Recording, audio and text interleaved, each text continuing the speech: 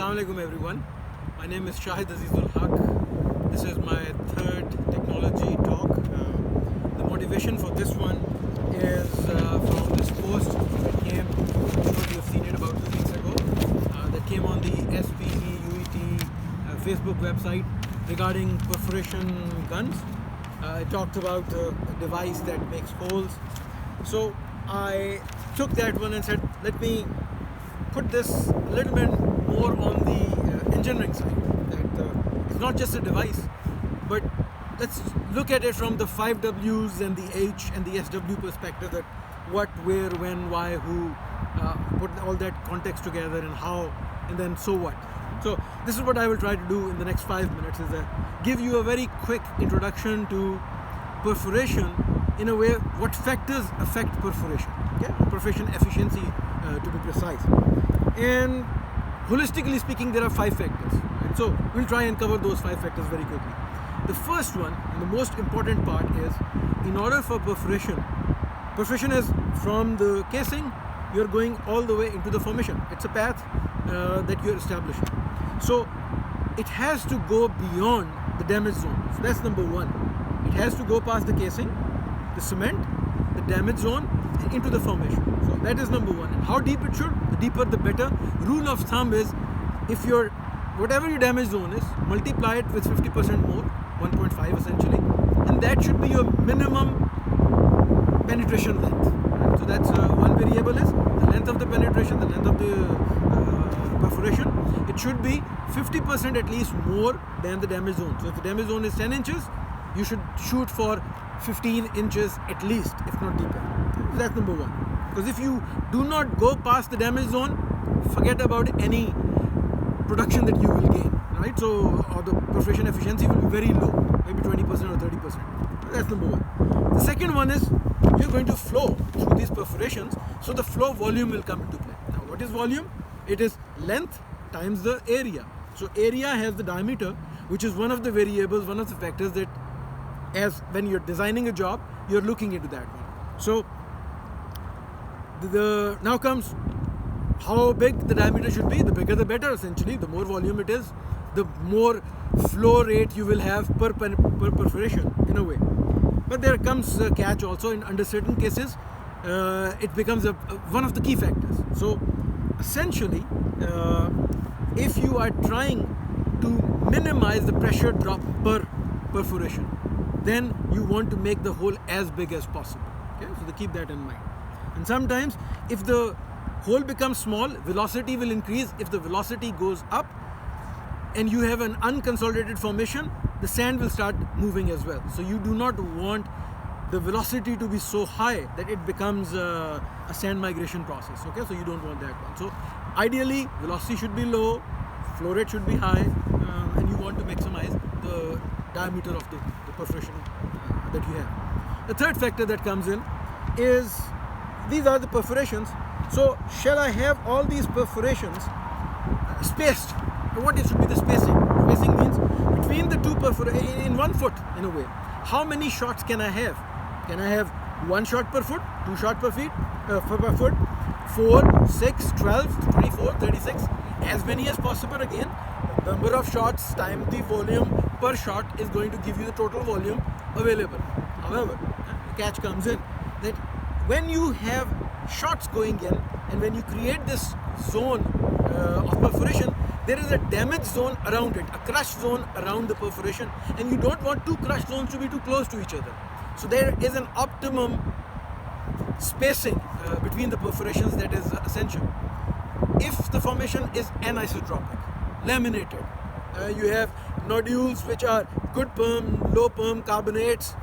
In those cases, you want as many shots as possible per foot, because it's a hit and miss. You may hit the sweet spot or you may hit the sweet spot, so the probability will be higher to hit the sweet spot if you have more perforations per foot in an anisotropic formation. Okay? You may sacrifice hole size in order to gain more shots per foot. That's the third parameter. Now comes the fourth parameter, which is between the two perforations, what should be the angle?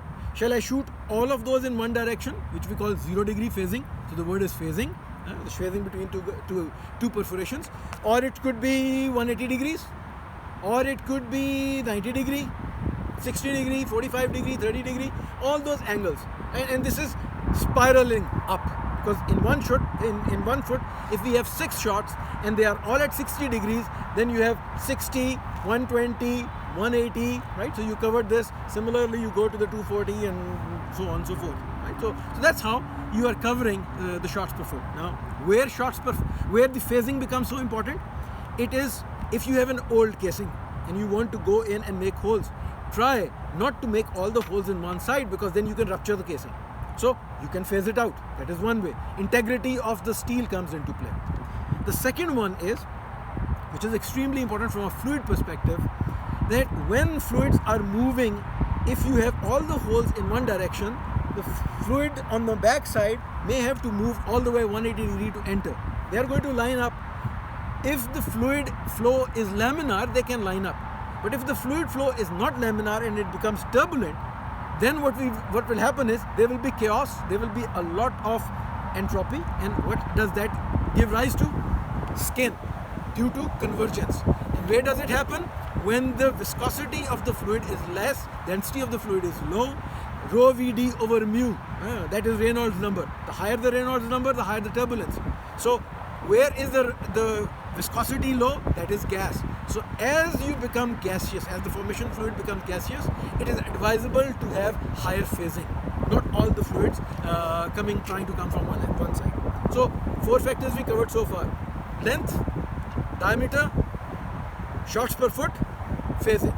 And the 5th factor, which is a very interesting one because it doesn't directly come into play, is overbalance or underbalance. Because when you make holes, you are going to crush the zone, and there is that crushed rock. If you don't take care of that crushed rock, it is going to be in front of you. And normally we perforate overbalance. If we perforate overbalance, your the formation fluid is going to be pushed back, and the rock is going to be pushed back until you start producing. So the best way is try to clean the perforations as early as possible, for which underbalance comes into play. Overbalance or underbalance. Now, do we have the ability to provide underbalance? Comes from this hardware that we have, how we are running the string at that point. If you are going through a tubing, existing perforation, there are some holes already there. Any hole you make, you are at balance. So you may not create an underbalance directly. Then there are specialized cases which will come into play. So something that you should read about. Some special cases. So these are the 5 basic ones. The special cases is, how can I create dynamic underbalance?